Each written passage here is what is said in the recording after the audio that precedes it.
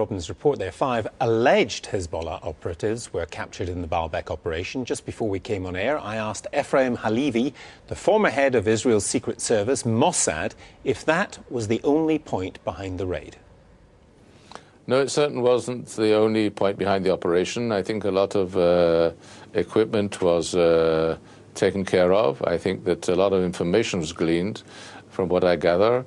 I understand also that there was an action which took place between the force which landed and the people there who were quite surprised by their arrival.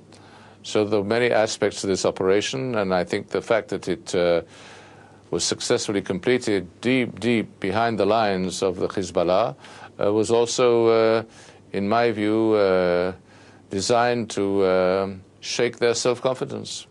I wondered what your judgment was on the strength of Hezbollah now. We had Prime Minister Olmert very clearly saying they had been weakened today, but we are 3 weeks into this conflict or war or whatever you call it, and there are those who think that quite the contrary, that with 200 or so rocket attacks on Israel today, Israel's strategy is failing.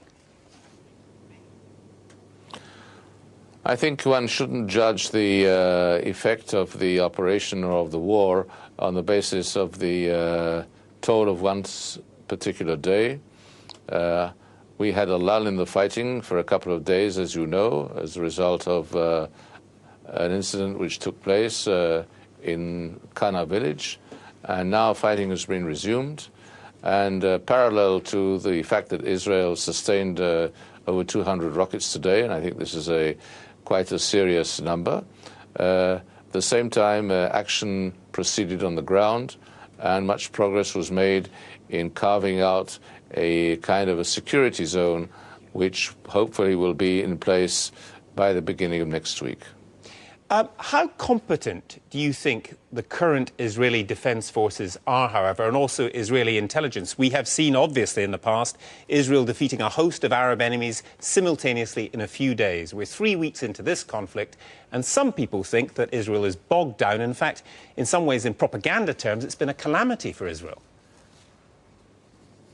No, I don't think it's a calamity by any means. One shouldn't compare this particular war to previous wars, when we had regular forces clashing and in confrontation with large formations of armor and additional units who took place in operations at battalion level, division level, corpus level, corps level, as we say in Britain. But I don't think this is the same kind of war. This is a war against a guerrilla force which is deeply embedded in territory and in terrain which is very, very friendly to the guerrilla force. And therefore, it takes time to weed them out. And I think that the operation is proceeding well. It's meticulous, it's careful.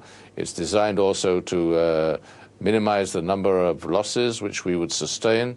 And therefore, I think that all in all, things are going well. They're going slower than what one would have expected in a conventional war. But aren't there many questions within Israel being asked about precisely the competence of the IDF? Because everyone knows politically the clock is ticking. You don't have much longer to continue with this.